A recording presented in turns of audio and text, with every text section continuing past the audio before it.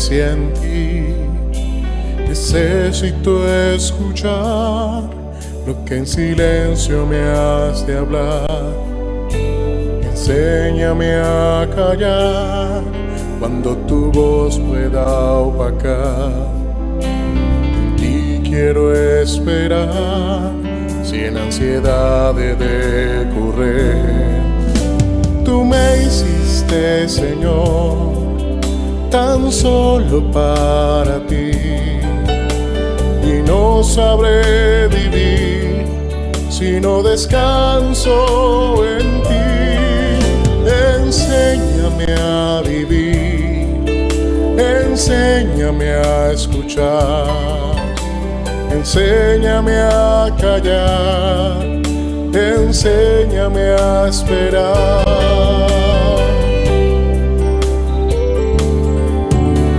Enséñame a vivir desde una experiencia en ti. Necesito escuchar lo que en silencio me has de hablar. Enséñame a callar cuando tu voz pueda opacar. En ti quiero esperar, sin ansiedad de correr. Tú me hiciste, Señor, tan solo para ti, y no sabré vivir si no descanso en ti.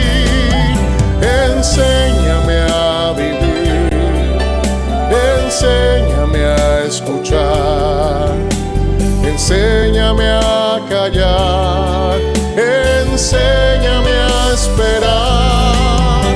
Tú me hiciste, Señor, tan solo para ti, y no sabré vivir si no descanso en ti. Enséñame a vivir, enséñame a escuchar, enséñame a callar, enséñame a esperar.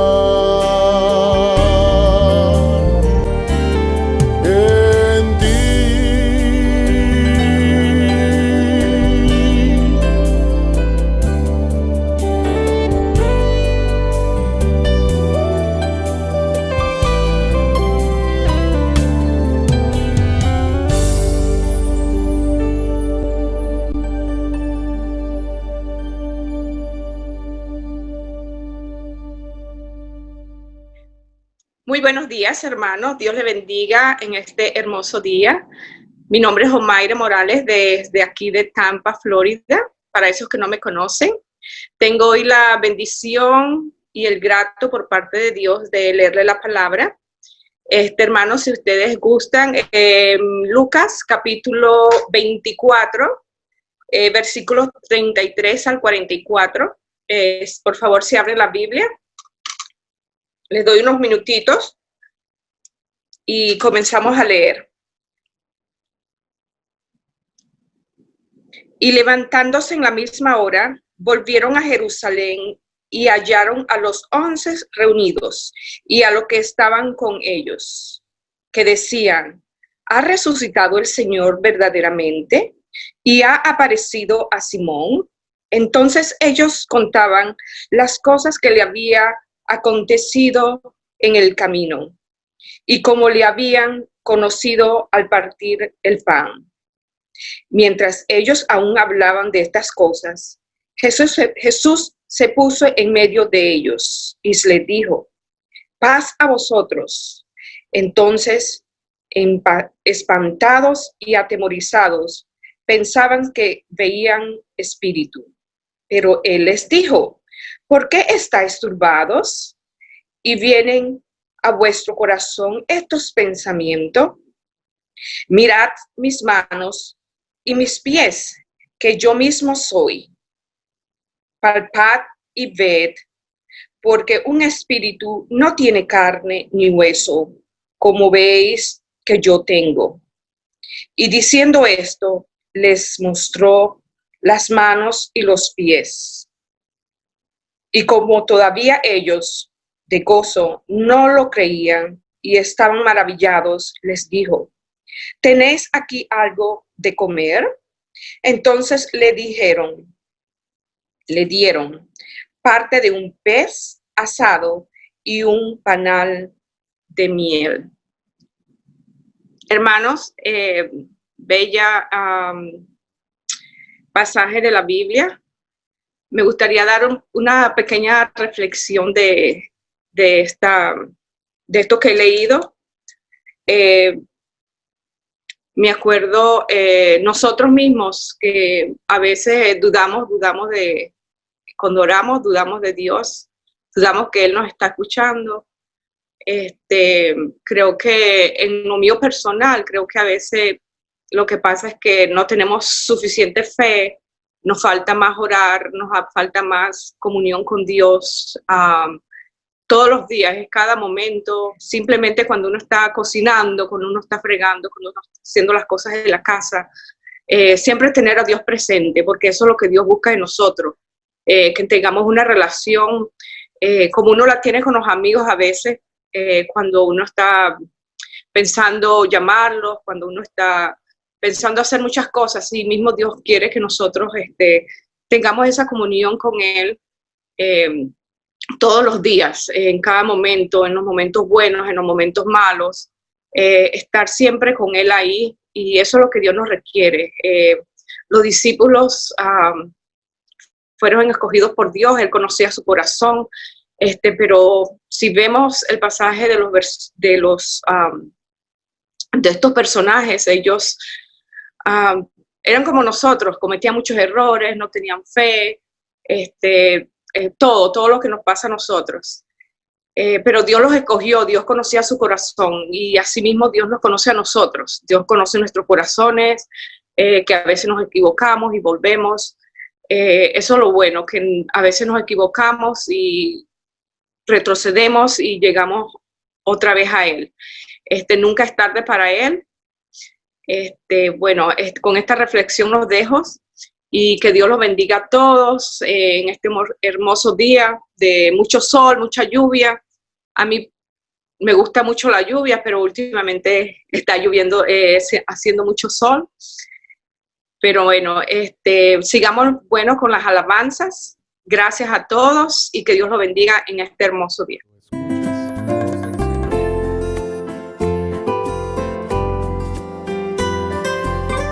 Cuando escuches la voz del Señor.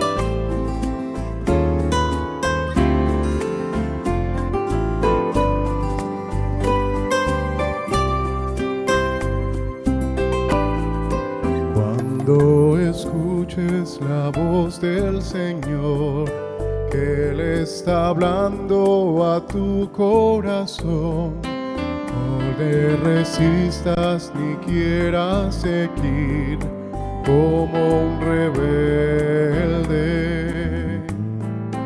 porque Él está esperando a la puerta a que le abras tu corazón para entrar y morar junto a ti toda la vida.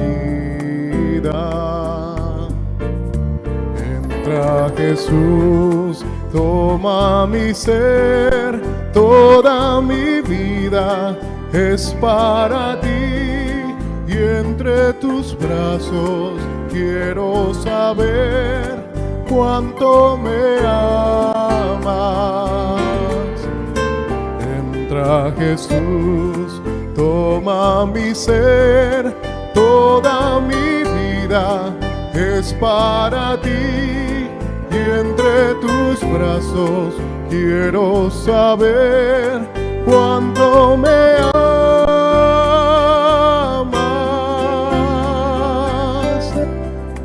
Cuando escuches la voz del Señor, que Él está hablando a tu corazón, no le resistas ni quieras seguir como un rebelde,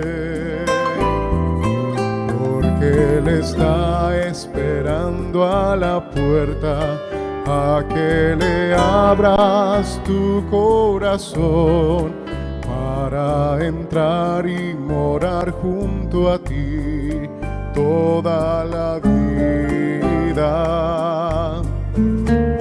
Entra, Jesús, toma mi ser, toda mi vida es para ti, y entre tus brazos quiero saber cuánto me amas. Entra, Jesús, toma mi ser, toda mi vida es para ti, y entre tus brazos quiero saber cuánto me amas.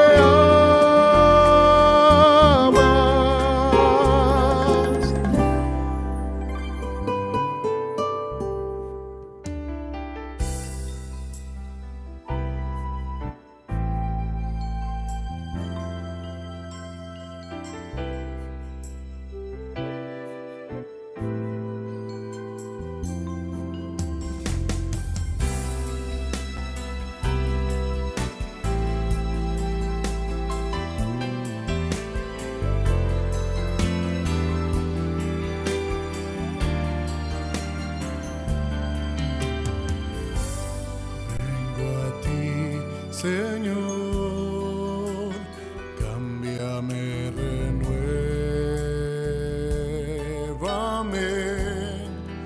por la gracia que encontré en ti.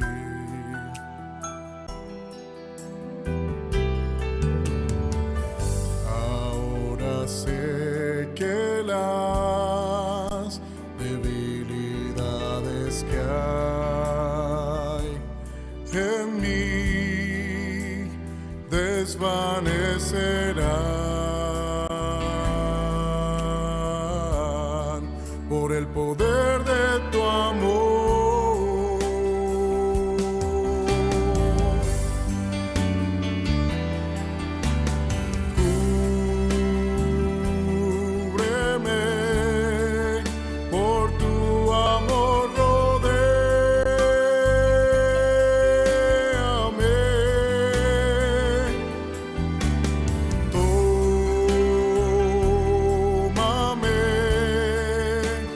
Cerca quiero estar,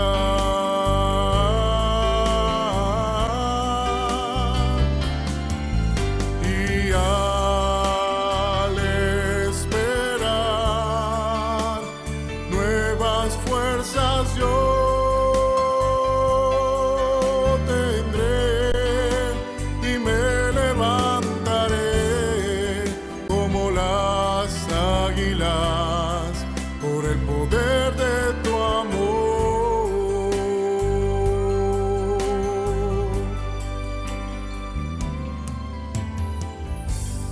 Yo te quiero ver cara a cara, oh Señor, y conocer así más de ti en mí.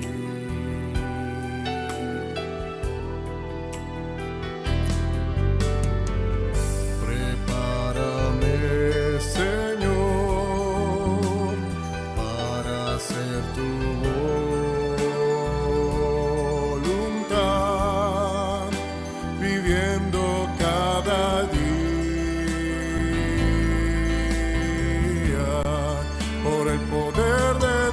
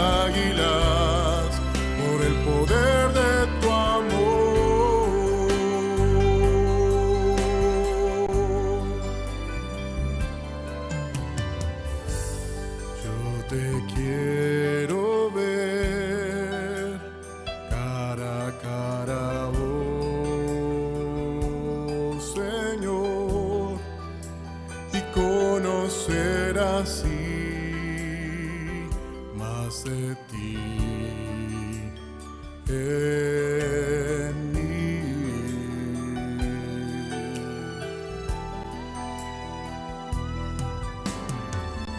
Prepárame, Señor, para hacer tu voluntad, viviendo cada día por el poder de tu amor.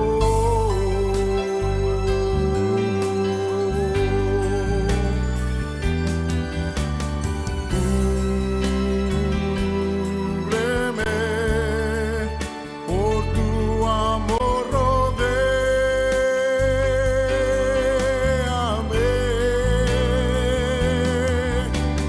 Tómame,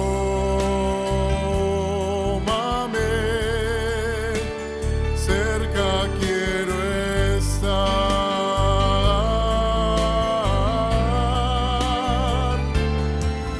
Y al esperar nuevas fuerzas yo tendré y me levantaré como las águilas por el poder de tu amor.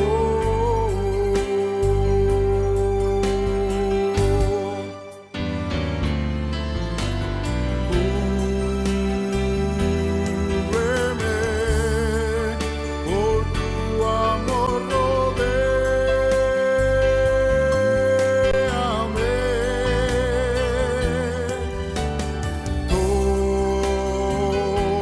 Tómame, cerca quiero estar.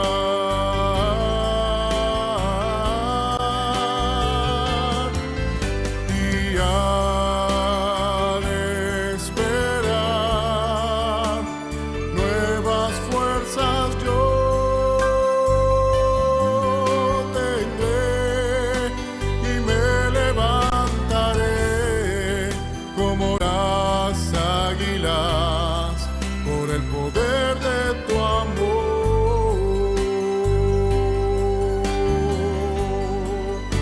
Y me levantaré como las águilas por el poder de tu amor.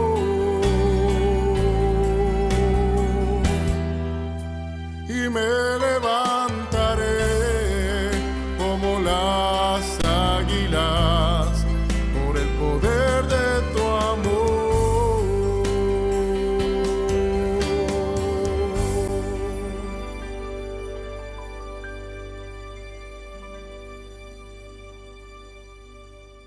Muy buenos días, estimados hermanos y amigos. Es un gusto saludarles. Gracias por estar presentes en esta presentación del Evangelio. Creo que va a ser de mucha edificación para cada uno de los escuchas. Hay un dato interesante a nivel de introducción de este mensaje. En el día 4 de marzo del 2007, el programa Discovery Channel sacó a luz una declaración que reza lo siguiente: se ha descubierto que la tumba de Jesús se ha encontrado en un lugar cerca de Jerusalén. Y allí se descubrió que la tumba de Jesús todavía se encuentra en ella los huesos de Jesús. Añadieron también diciendo que esto no podía traer ninguna molestia a los cristianos, pues lo importante es que el Espíritu de Jesús todavía está vivo. Hasta allí cierro comillas. Obviamente se trata de una mala y equivocada teología y también de una arqueología errada y de unos periodistas también salidos del contexto de la realidad de los hechos, cosa que posteriormente se descubrió. Este programa específico fue censurado, fue cancelado de parte de Discovery Channel porque fue considerado un fraude y todas sus repeticiones posteriores fueron canceladas. Estimados amigos y hermanos, negar la resurrección de Jesucristo siempre ha sido un pasatiempo importante para Satanás y también obviamente los enemigos de la fe, los enemigos de la resurrección de Jesús. Obviamente, pues se sabe que si se niega la resurrección de Jesús, pues obviamente todo se derrumban muchísimas cosas en torno a la fe del Evangelio. Y obviamente, pues tampoco se podía creer en la Biblia, porque el Antiguo Testamento habla, enseña, anuncia la resurrección de Jesús, porque los discípulos posteriormente, cuando fueron convencidos de este hecho histórico, ese fue el centro de su predicación, y porque obviamente las enseñanzas básicas del Señor Jesús estaban enfocadas no solamente a su ejemplo de vida, sino también a este hecho glorioso de su resurrección. Los que rechazan a Cristo y su resurrección entienden la importancia, la centralidad de la resurrección. Escuche esto: si la resurrección es verdad, entonces el cristianismo es verdad. Las profecías del Antiguo Testamento son verdaderas. El testimonio del Nuevo Testamento es verdadero. Las palabras de Jesús son verdaderas. Los testimonios de los testigos oculares son ciertos. El Evangelio es verdad. La salvación es real. Dios es Dios y todo es cierto. Entonces, obviamente, todo lo que encierra la proclamación del Evangelio en torno a la resurrección seguirá adelante en su curso. Los que rechazan a Cristo y su resurrección entienden la importancia y la resurrección y la centralidad de este hecho histórico. Es por eso que cuando Jesús resucita, los líderes sobornaron a unos soldados para que ellos dispersaran y tergiversaran este hecho histórico, diciéndoles: afirmen que fueron los discípulos quienes robaron su cuerpo. Y estos soldados sobornados hicieron lo que les enseñaron o lo que les dijeron. Eso circuló, obviamente, y eso se mostró por diferentes lugares de Israel, sobornados con el fin de que afirmen que sus discípulos fueron quienes robaron el cuerpo de Jesús. Así es que los no creyentes consideran que si la resurrección pudiera ser refutada, el cristianismo se derrumba totalmente. Ha habido, por lo tanto, a través de la historia de la Iglesia, desde la resurrección de Jesucristo, innumerables e incansables e interminables esfuerzos para explicar, razonar o buscar diferentes interpretaciones que no tienen nada que ver con el hecho histórico de la resurrección de Jesús.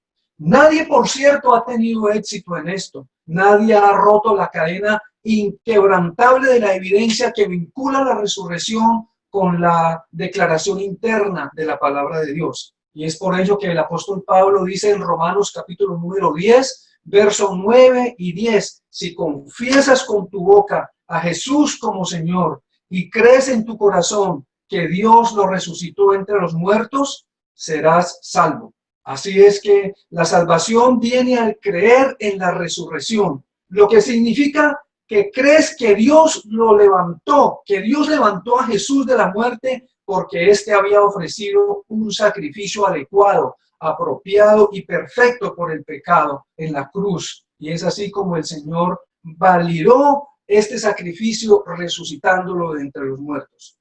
Y es interesante observar que cada uno de los 4 evangelios, Mateo, Marcos, Lucas y Juan, miran todo este hecho histórico en sus diferentes formas y presentan estas evidencias de una forma similar, cada uno desde perspectivas diferentes. Las 4 evidencias son la tumba vacía, el testimonio angelical, el testimonio de las mujeres y obviamente la evidencia de la resurrección a través de la incredulidad de los discípulos y apóstoles, quienes, muy incrédulos y escépticos en esto, posteriormente fueron convencidos por la presencia irrefutable del Señor Jesús en medio de ellos. ¿Por qué entonces los evangelios enfatizan? Es una pregunta interesante. ¿Por qué los evangelios enfatizan la resurrección? Porque uno de los argumentos de los no creyentes, de los que no creen en el Señor, será siempre y ha sido a través de la historia que la resurrección no sucedió. Así como lo escuchan, simplemente que la resurrección no sucedió, que esto simplemente fue un invento de los discípulos, quienes queriendo que sucediera, lo imaginaron, lo elaboraron, lo diseñaron en sus mentes, lo circularon entre ellos y luego este invento fue llevado ante mentes ingenuas e ignorantes. Esa es una de las posturas que existe frente a la invención de que fueron los discípulos quienes resucitaron al Señor Jesús, creando como una especie de mitología, como una especie de cuento elaborado con el fin de continuar con una proclamación sin fundamento histórico. Así es que frente a estas cantidades de aseveraciones negativas que se han levantado, o instituciones o personas o corrientes o acercamientos que se han presentado con el fin de desmeritar el hecho histórico de la resurrección de Jesús, me ha parecido interesante que hoy abordemos este tema.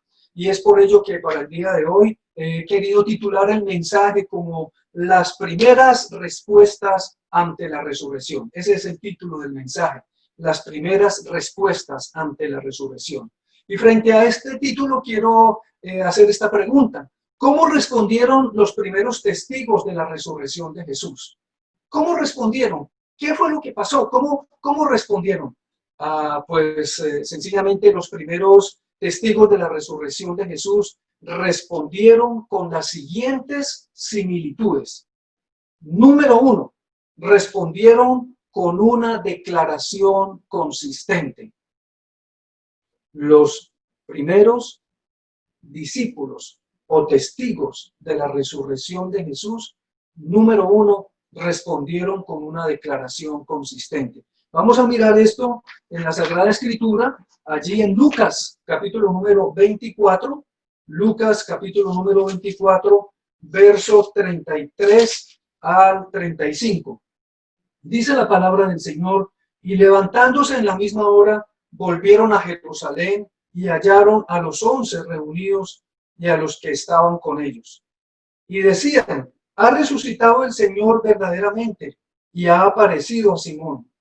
Entonces ellos contaban las cosas que les habían acontecido en el camino y cómo le habían reconocido al partir el pan.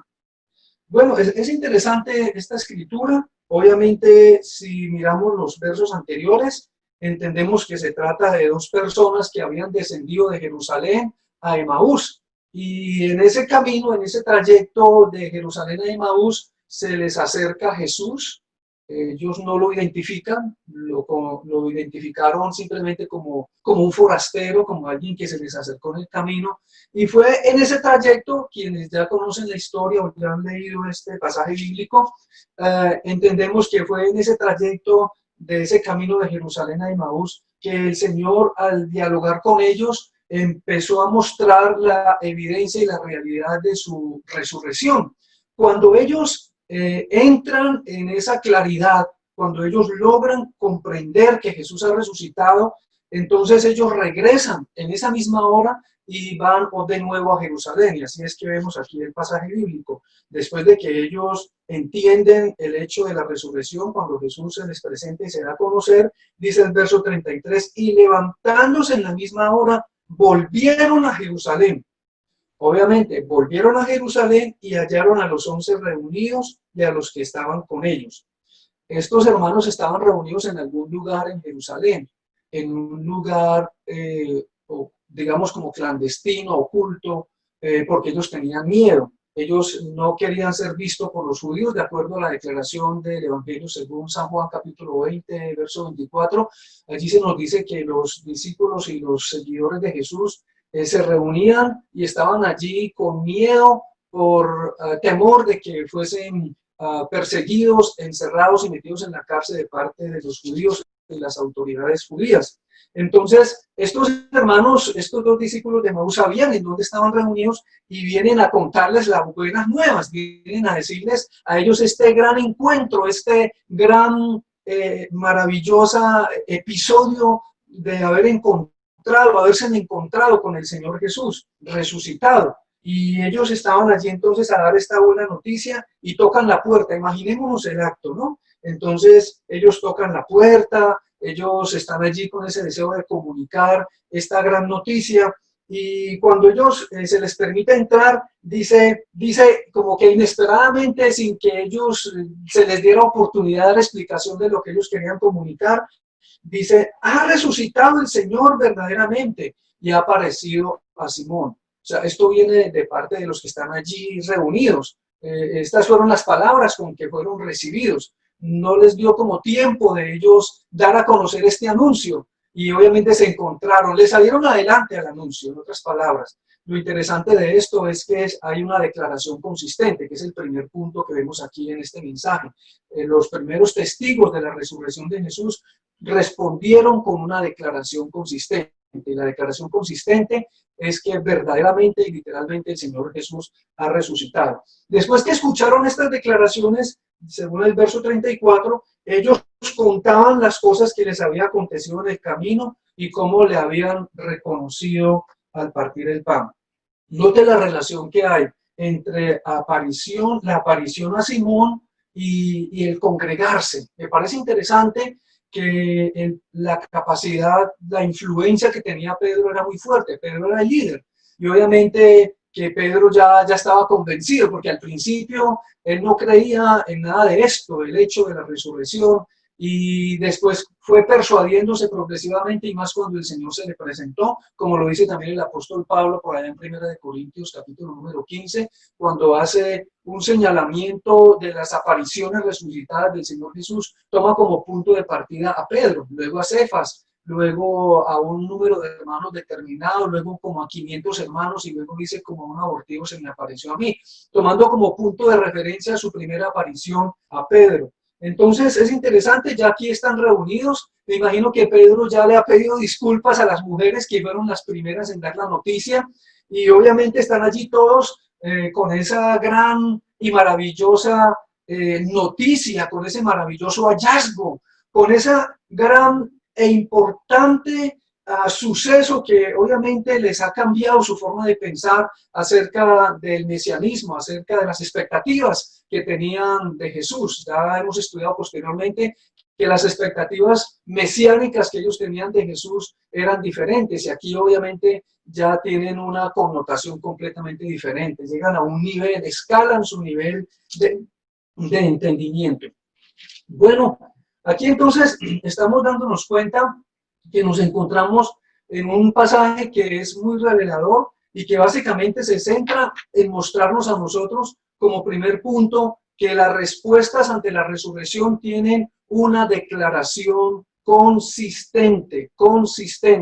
Y obviamente esto tiene para nosotros una presentación de mucha fuerza, una evidencia histórica con mucho valor, porque eso deja ver que realmente no es un invento ni es un asunto separado de unos, como si fuese una desconexión en un momento determinado. Ahora, recordemos algo interesante, que esto tiene mucha fuerza y tiene mucha capacidad en el entendimiento que podamos ir progresando de esto. Hay un versículo posteriormente por allá en Primera de Pedro, capítulo número 1, verso 3, cuando el apóstol dice: bendito sea el Dios y Padre de nuestro Señor Jesucristo, quien de acuerdo a su gran misericordia nos ha hecho nacer de nuevo a una esperanza viva a través de la resurrección de Jesucristo de entre los muertos. En otras palabras, esta declaración consistente tomó fuerza, se fue acentuando, fue tomando estructura y se convirtió en el centro posteriormente de la proclamación.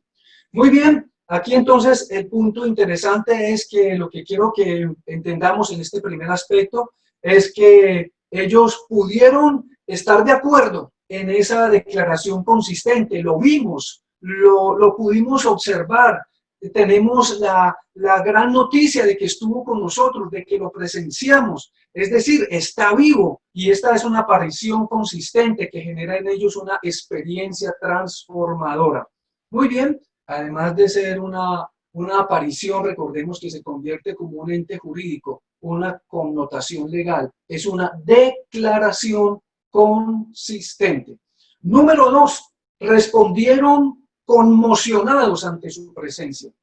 Respondieron conmocionados. Recuerden que esto es gradual, ¿no? Ellos primero ven a Jesús, por allá lo ven las mujeres, por allá los ve Pedro, los ven algunos hermanos, los ven estos dos caminantes de Emaús, y entonces ahora están allí reunidos contando sus experiencias. Y obviamente esto está escalonando, esto va a graduar, y por eso aquí vemos otra respuesta. Recordemos la pregunta que hacíamos, ¿cómo fueron las primeras respuestas de los primeros testigos ante la resurrección de Jesús? Número 1, una declaración consistente. Número 2, respondieron conmocionados ante su presencia.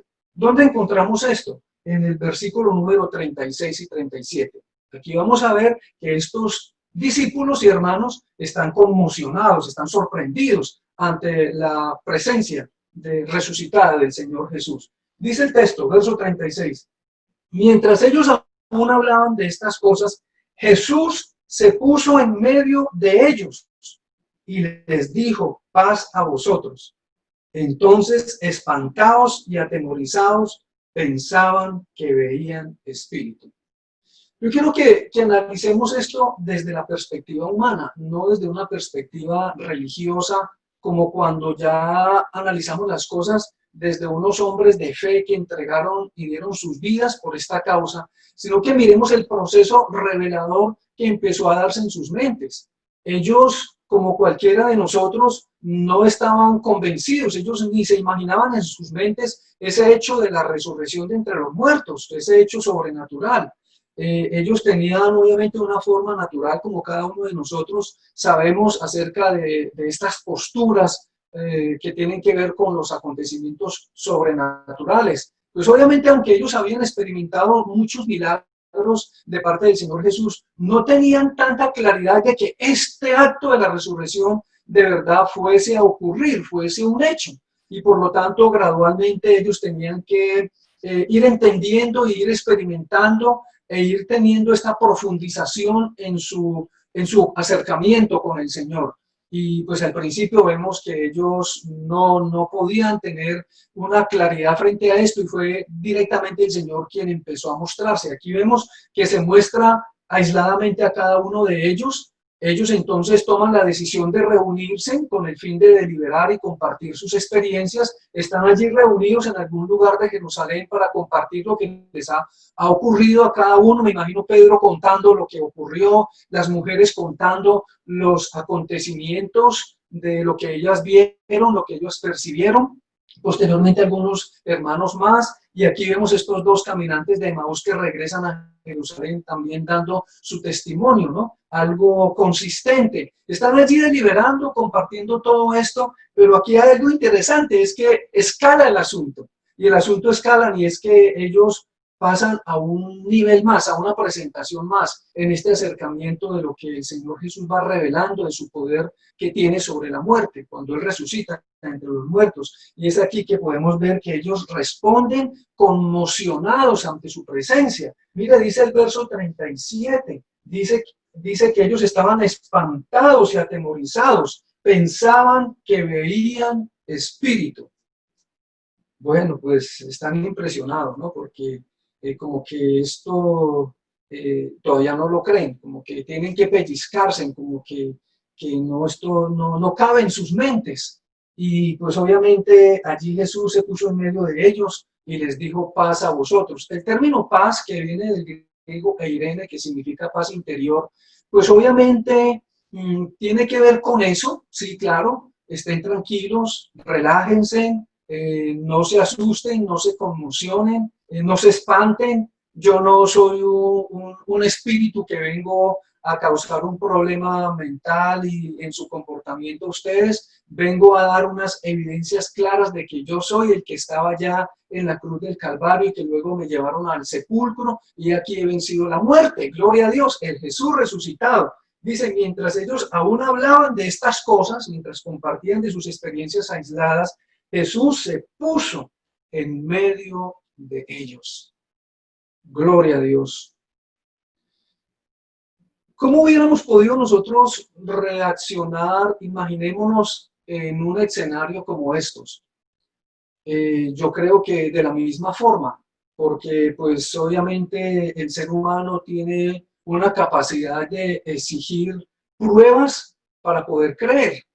y todo lo examinamos desde el método de los sentidos, o pues si son personas de investigación, lo que se conoce como el método científico. Todos queremos acercarnos a este tipo de experiencias sobrenaturales de una manera en donde se elaboren y se muestren pruebas, y por eso ellos estaban allí como conmocionados. ¿Por qué? Conmocionados porque, pues obviamente, ¿por dónde entró? Pensemos en eso, ¿por dónde entró? Si la puerta está cerrada, si esta es una reunión clandestina, estamos aquí reunidos ocultos para que los judíos y las autoridades y los soldados romanos no se den cuenta que estamos aquí reunidos. Esta puerta está con doble tranca, está cerrada. ¿Por dónde entró? O sea, esto no pertenece, esta presencia de Jesús no pertenece a un orden natural. ¿Qué ha pasado? Y obviamente eso fue lo que trajo en ellos una conmoción. Estaban asustados. Ese es el punto principal que quiero destacar. Es decir, ellos estaban sorprendidos, ellos estaban en una respuesta asustadiza, aterrorizados ante la presencia del Señor Jesús. Y obviamente, aquí vemos que está ascendiendo o está escalando ese proceso revelador de la resurrección, ¿sí? Y esto nos lleva al tercer punto. Y el tercer punto es cómo responden los primeros testigos ante la resurrección de Jesús. Ellos responden maravillados. Una vez el Señor Jesús les muestra sus evidencias, una vez a lo que ellos consideraban que era un espíritu, cuando el Señor Jesús les dice, cálmense, tranquilícense, sí, pasa a vosotros. Ellos empiezan a relajarse y el Señor Jesús empieza a dar pruebas, y vamos a mirar esas pruebas. Responden maravillados ante las pruebas convincentes, ese es el tercer punto, ¿sí? Lucas capítulo número 24, del verso 38 al 43. Leamos la escritura, versos 38 al 43. Pero él les dijo, ¿por qué estáis turbados? Y vienen a vuestros corazones estos pensamientos. Mirad mis manos y mis pies, que yo mismo soy. Palpad y ved, porque un espíritu no tiene carne ni huesos, como veis que yo tengo. Impresionante, ¿verdad? Y diciendo esto, les mostró las manos y los pies. Y como todavía ellos de gozo no lo creían y estaban maravillados, les dijo, ¿tenéis algo de comer? Entonces le dieron parte de un pez asado y un panal de miel. Y él lo tomó y comió delante de ellos. Aquí entonces el Señor Jesús resucitado muestra que él tiene un cuerpo, no es un espíritu, no es un fantasma, es un cuerpo real que puede atravesar la puerta. Este tipo de lenguaje solamente lo vemos acá en la Biblia, no es ciencia ficción, no es una elaboración, no es un cuento mitológico, es una presentación que va más allá de lo que se conoce como una postura natural. Ya estamos hablando de un escenario que tiene que verse desde la óptica de la fe, ya no desde el método del hombre para poder darle consistencia a un asunto, si lo acepto o no lo acepto, sino que se tiene que ver desde la perspectiva de la fe, no desde el método de los sentidos o el método científico que demanda un razonamiento diferente, sino desde el método o la metodología de la fe, desde la metodología de la revelación. Entonces, partiendo de ese hecho, de que es el Señor Jesús quien está allí al frente de ellos, de que el Señor Jesús es quien ha resucitado, quien no es un invento, de que no es una idea inventada por los discípulos, sino que está allí frente a ellos, él entonces pasa a dar evidencias. Y obviamente esas evidencias tienen una connotación de un elemento sobrenatural, porque como punto de partida, él ha atravesado las puertas, ¿sí? Y eso ya como que generó, ya como lo vimos anteriormente, un espanto, un miedo, estaban aterrorizados, pero obviamente él disipa esos sentimientos empezando a mostrar la realidad de los hechos, dando evidencias de que es él, ¿sí? Y aquí entonces hay una cantidad de detalles que tienen que ver con el entendimiento de cómo el ser humano percibe las cosas a través de los sentidos, ¿sí? Entonces, primero que todo, les dice, ¿por qué estáis atemorizados? ¿Y por qué estáis turbados?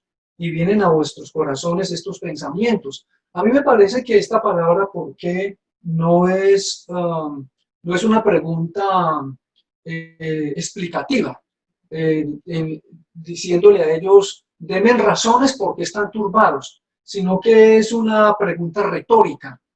Las preguntas retóricas son obvias. Es como quien dice, ¿ustedes por qué están así? ¿Acaso ya no tienen evidencias suficientes de que yo he resucitado? Ya saben lo que ha ocurrido, ya ustedes lo están debatiendo, están aquí en este lugar compartiendo cada uno sus experiencias consistentes, como lo mencionábamos en el primer punto. ¿Sí? Ya ustedes, cada uno por su parte, ha expresado lo que ha ocurrido. Entonces, como quien dice, ¿por qué se turban por ello? Si yo soy el que me les aparece a cada uno de ustedes por aparte. Entonces, además de esa pregunta retórica obvia, vemos algo interesante. Miren mis manos, ¿sí? Miren mis pies, que yo mismo soy. Mire la palabra, mirad, es decir, hagan uso de la visión, el sentido de la visión. Y luego dice, y ved, porque un espíritu no tiene carne ni huesos, como veis que yo tengo, ¿sí? O sea que el cuerpo del Señor Jesús es interesante, ¿no? No es un espíritu, sino que tiene un cuerpo, ¿sí? Tiene un cuerpo, tiene carne y tiene huesos. Interesante. Y diciendo esto, les mostró las manos y los pies. Muy bien. Entonces, cuando les muestra las manos y los pies, me imagino que allí no hubo quienes estiraron la mano y quizás lo tocaron, a ver si esto es cierto o no es cierto, ¿sí? Y entonces, allí también está el sentido del tacto, ¿no? Y como ellos entonces empezaron a prenderse en gozo, mejor dicho, ellos empezaron a sentir tanta alegría, tanto gozo, que no lo creían, estaban maravillados de eso, estaban pues en una combinación de emociones, si es, no será, y después fueron eliminando el que no será, fue alejándose, fue desapareciendo, sí, se fueron persuadiendo de que realmente Jesús ha resucitado, y entonces ellos maravillados, Jesús agrega más evidencias y les dice, ustedes tienen algo de comer, y entonces le trajeron un burrito o un taquito. Bueno, si hubiera resucitado allá en México o de pronto allá en Houston o en Texas, entonces en Houston, Texas, bueno, en fin, si hubiera resucitado en uno de esos lugares, le hubieran traído un burrito o un taquito, pero aquí le trajeron un pez asado y un panal de miel. Bueno, estaba sabrosa la comida y parece que era uno de sus platos preferidos. Y bueno, esto nos muestra que Jesús era un ser humano que le gustaba la pesca y que le gustaba comer saludable, comer con buena proteína. Y entonces le trajeron su pez, le trajeron su miel, lo tomó, dice que lo tomó, o sea, lo agarró y comió delante de ellos. Evidencias reales de la resurrección de Jesús. Pues obviamente cuando miramos esto desde la crítica alta, nosotros vemos que hay muchas posturas y muchos enfoques en torno a estos relatos y obviamente se pueden armar como si fuese una elaboración de personas que escriben un documento, unos redactores, para tratar de presentar un mensaje consistente en torno a este cuento, entre comillas. Sin embargo, aquí vemos que esto se convierte en una realidad porque aquí está demostrando básicamente con evidencias claras y llegando al clímax de ello que Jesús mismo se presenta con pruebas irrefutables, Y eso me lleva a pensar en lo que dice por allá en Primera de Corintios, capítulo número 15, si ustedes me acompañan, me parece tan interesante esta escritura. Primera de Corintios, capítulo número 15, que es considerado como un himno de la iglesia primitiva. Dice, verso 2, hablo desde el verso 3, porque primeramente os he enseñado, Primera de Corintios 15, 3, porque primeramente os he enseñado lo que asimismo recibí, que Cristo murió por nuestros pecados, conforme a las Escrituras, y que fue sepultado, y escuchen, y que resucitó al tercer día conforme a las Escrituras, y que apareció a Cefas y después a los 12. Y después apareció a más de 500 hermanos a la vez, de los cuales muchos viven aún y otros ya duermen. Después apareció a Jacobo, después a todos los apóstoles. Y al último de todos, como un abortivo, me apareció a mí, porque yo soy el más pequeño de los apóstoles. Esto es impresionante. Primera de Corintios, capítulo número 15, es considerado como uno de los pasajes claves para demostrar la evidencia interna y la evidencia de testimonio de parte de aquellos que fueron sus primeros testigos de primera mano de la resurrección de Jesús. De ahí lo que también dice primera de Juan, el Evangelio según Juan, ¿no? Lo que hemos oído, lo que hemos visto acerca del verbo de vida. Sí, o sea, encontramos pruebas por toda parte de la resurrección de nuestro Señor y Salvador Jesucristo. Obviamente hay mucho más que hablar sobre esto. La escuela que tiene la iglesia sobre este tema es muy valiosa, mostrando con ello que la resurrección, además de que fue un hecho, tiene un impacto muy grande en la vida del ser humano. Y esto pues obviamente son temas que posteriormente, a medida que vamos creciendo en el acercamiento de las doctrinas y enseñanzas de la iglesia, vamos descubriendo que hay mucha más profundidad, porque es allí cuando empezamos a preguntarnos y a dar respuesta a preguntas muy profundas sobre estas. Por ejemplo, ¿qué importancia tiene la resurrección para nosotros en el día de hoy? ¿Cómo podemos nosotros traer ese hecho real e histórico a nuestra experiencia diaria con Dios? ¿Sí?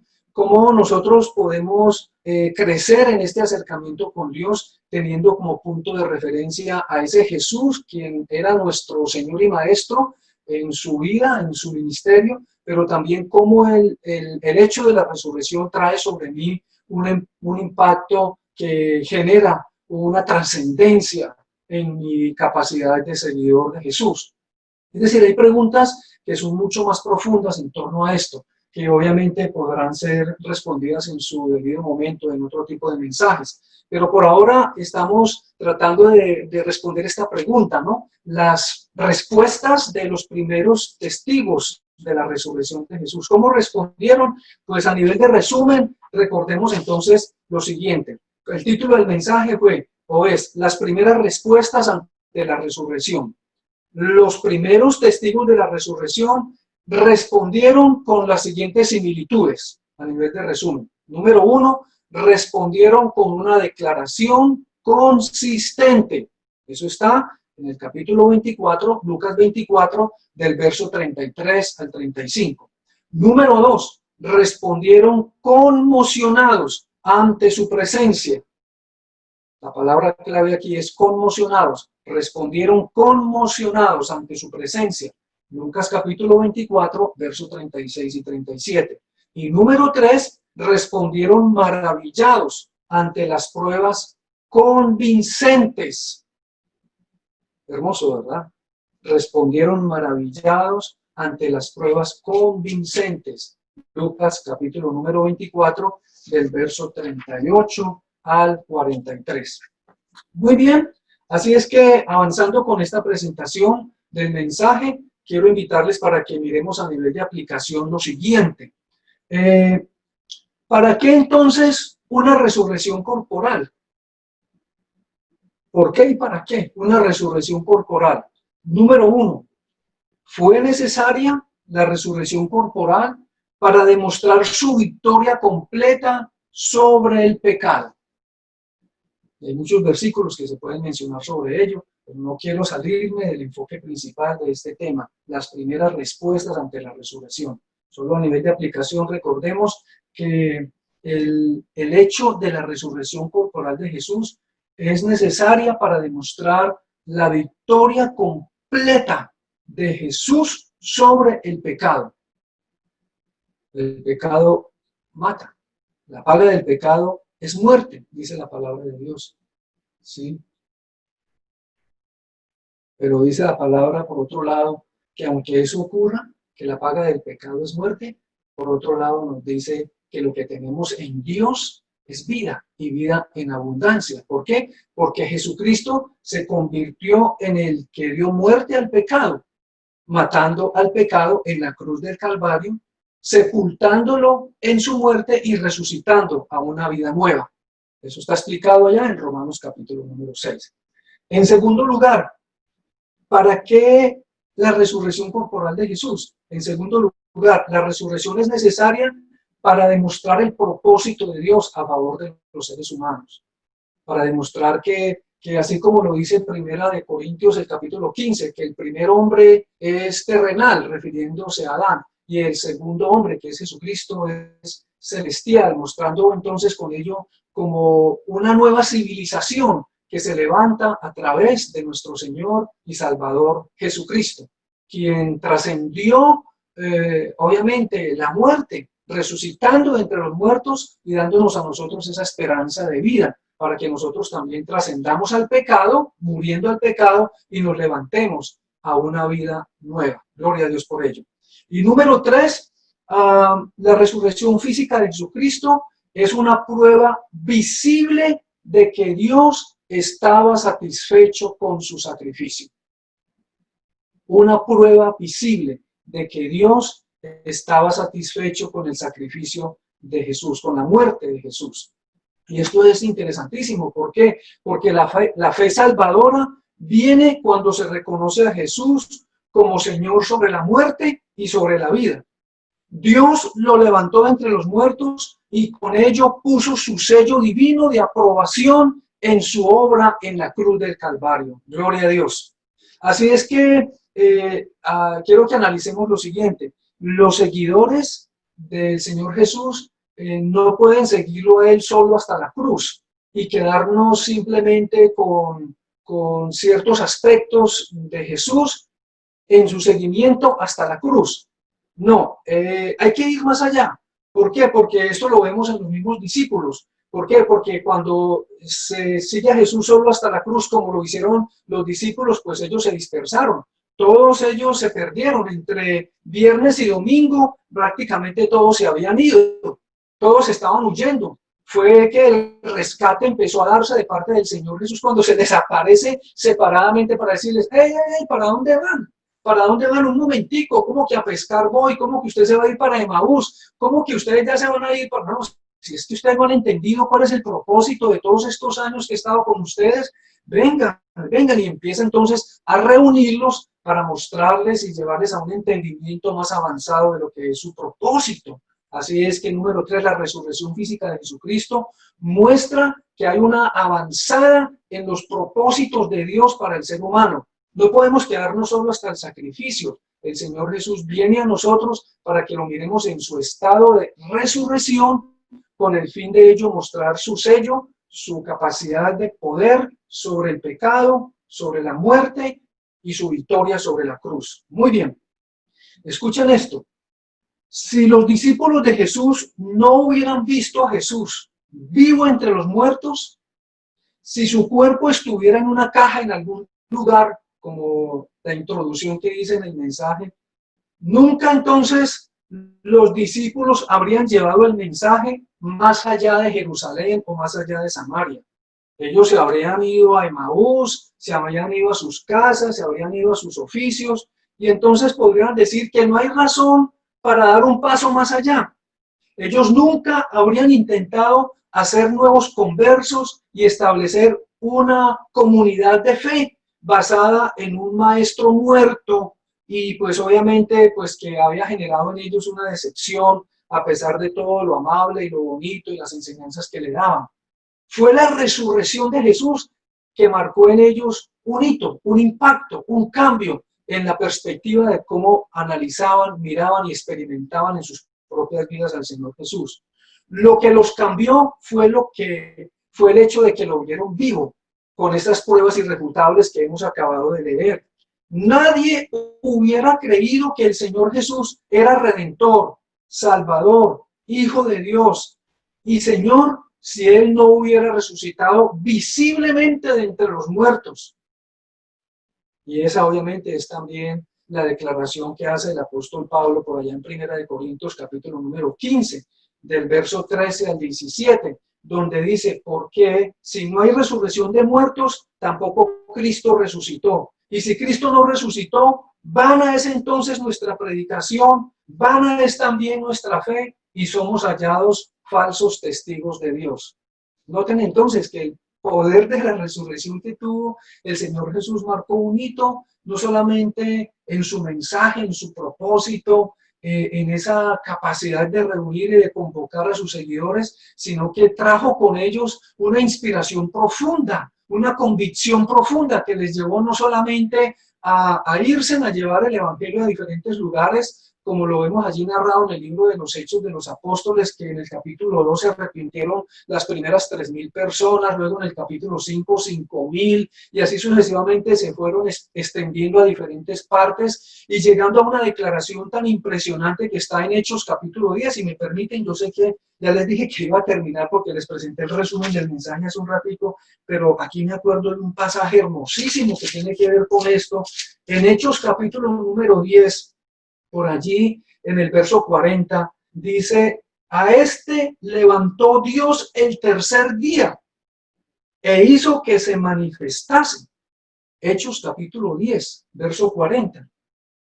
Y que se manifestase no a todo el pueblo, sino a los testigos que Dios había ordenado de antemano. A nosotros que comimos y bebimos con él después que resucitó de los muertos. Y nos mandó que predicásemos al pueblo y testificásemos que Él es el que Dios ha puesto por juez de vivos y muertos. Gloria a Dios. Verso 43. De este dan testimonio todos los profetas, que todos los que en Él creyeren recibirán perdón de pecados por su nombre. Bendito sea el Señor. Esto es lo que nos conmueve a nosotros. Algunas personas podrían pensar, bueno, entonces para poder predicar el evangelio y dar esa partida de entrega, pues entonces necesitamos ver a Jesús resucitado para poder tener ese punto de arranque, tener ese punto de inicio, así como lo hicieron aquellas personas. Déjenme explicarle que necesitábamos testigos de primera mano. Testigos de primera mano que estuvieron con él antes, que anduvieron con él, que fueron, pues obviamente, testigos de todo ese episodio que ocurrió, esa persecución tan tremenda que ocurrió.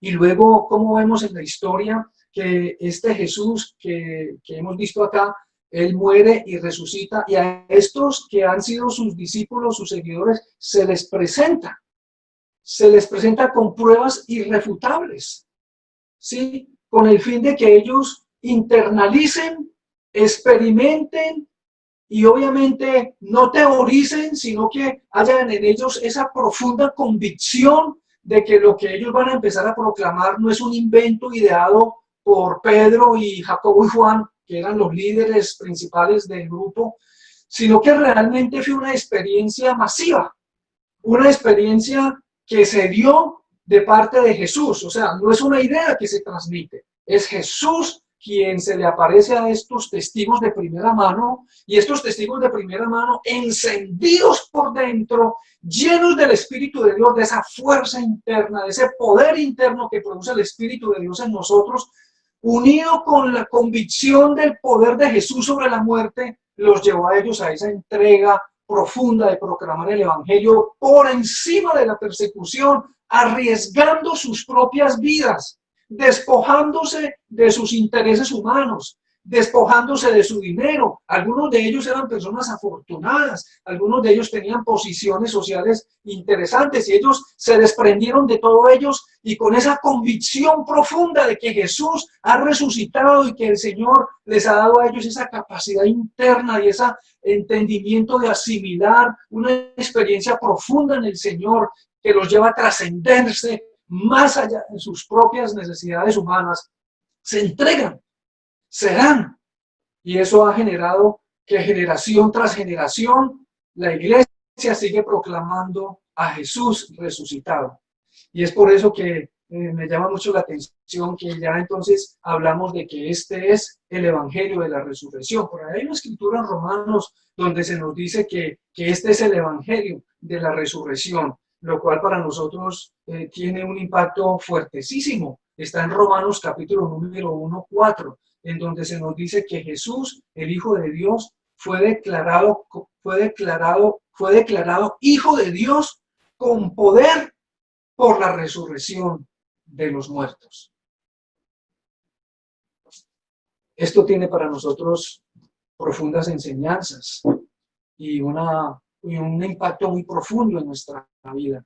Y es que, primero que todo, el cristianismo con su héroe al frente, que se llama Jesús, el Hijo de Dios resucitado entre los muertos, marca una diferencia muy clara con todas las demás instituciones religiosas del mundo. De hecho, son muy interesantes. Si hacemos un estudio de las religiones comparadas, ¿quién no niega que el zoroastrismo, que el confucianismo, brahmanismo, shintoísmo, el mismo judaísmo, el budismo, tienen enseñanzas interesantes en torno a la vida, al manejo interior, a la paz, a todo esto? Son cosas interesantes. Sin embargo, sabemos que lo que marca esa gran diferencia es que nosotros no recibimos una enseñanza con el fin de seguir una instrucción solamente como instrucción, sino algo que se encarna en nosotros por la presencia de Jesús resucitado en nuestras vidas, lo cual hace que obviamente nuestra experiencia de fe tenga una connotación diferente. Así es que como Jesús murió, así como Jesús fue sepultado y resucitó de entre los muertos, de la misma manera nosotros morimos al pecado, somos sepultados en el bautismo y somos resucitados en Cristo Jesús para una nueva vida. De manera que si alguno está en Cristo, nueva criatura es, y las cosas viejas pasaron y todas son hechas nuevas. Todo eso por el evangelio de la resurrección. Jesús fue declarado Hijo de Dios con poder por la resurrección de Jesucristo de entre los muertos. No nos olvidemos entonces que las pruebas contundentes de la resurrección de los primeros testigos fueron impresionantes. Primero, ellos respondieron con una declaración consistente. Segundo, ellos respondieron conmocionados ante la presencia de Jesús. Y tercero, respondieron maravillados ante las pruebas convincentes, sin objeciones, de que Jesús vive y está contigo para ayudarte a salir adelante por encima de cualquier situación que se te presente en la vida. Él vive hoy y está contigo para escucharte y para sacarte adelante en cualquiera que sea tu situación, a nivel personal y a nivel familiar. En Él confiamos porque Él tiene el poder sobre la muerte, poder sobre el pecado, sobre la muerte y sobre la vida.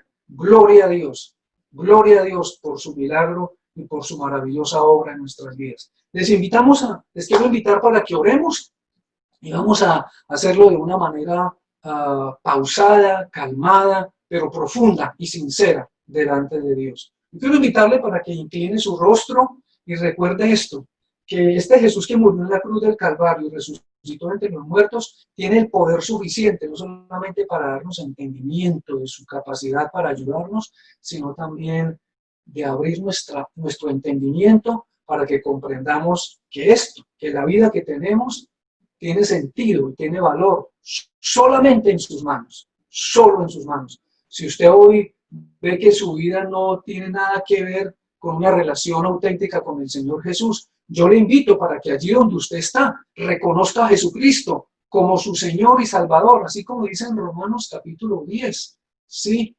Que si confesamos a Jesús, que Dios lo levantó entre los muertos, serás salvo.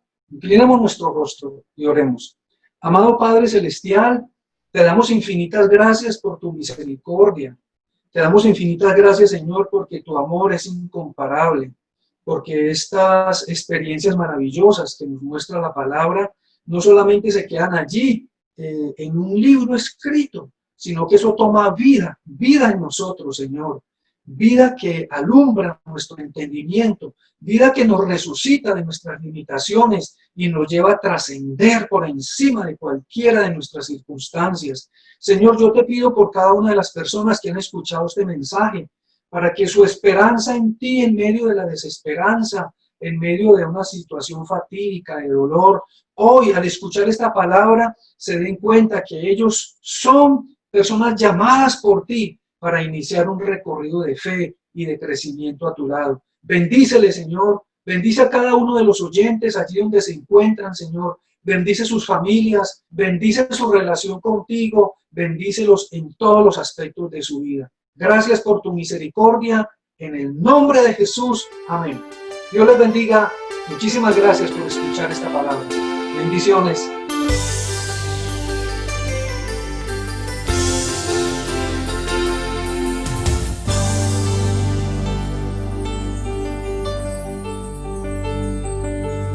Algunos pensaban que todo había acabado a las redes a pescar. El cuerpo del maestro en una cueva fue a parar. Un monte y 3 cruces de testigos quedaron. Las mujeres con sus lágrimas la tierra enjugaron.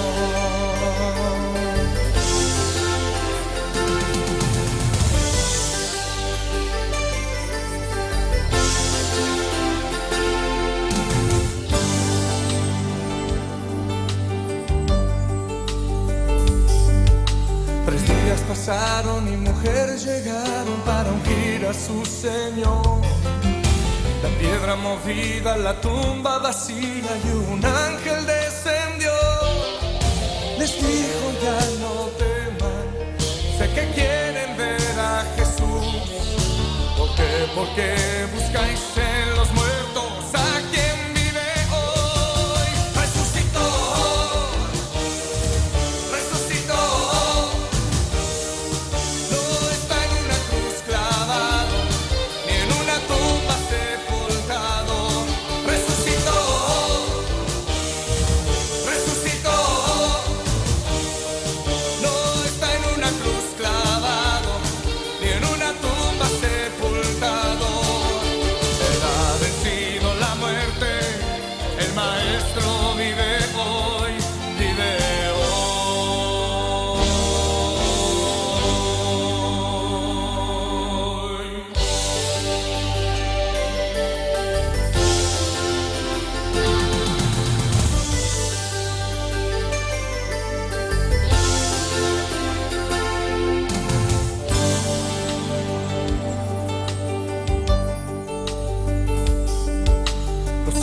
Amigos estaban reunidos sin saber qué hacer.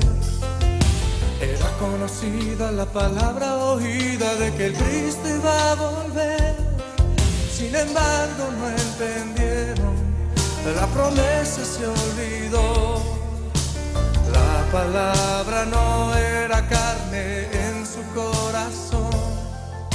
Hablando de todas las cosas pasadas, les llegaron a proclamar: el Rey está vivo, ¿cómo es posible? Llenos de incredulidad, Jesús llegó con ellos, diciendo: mi paz os doy. Mirad mis manos, mirad mis pies, yo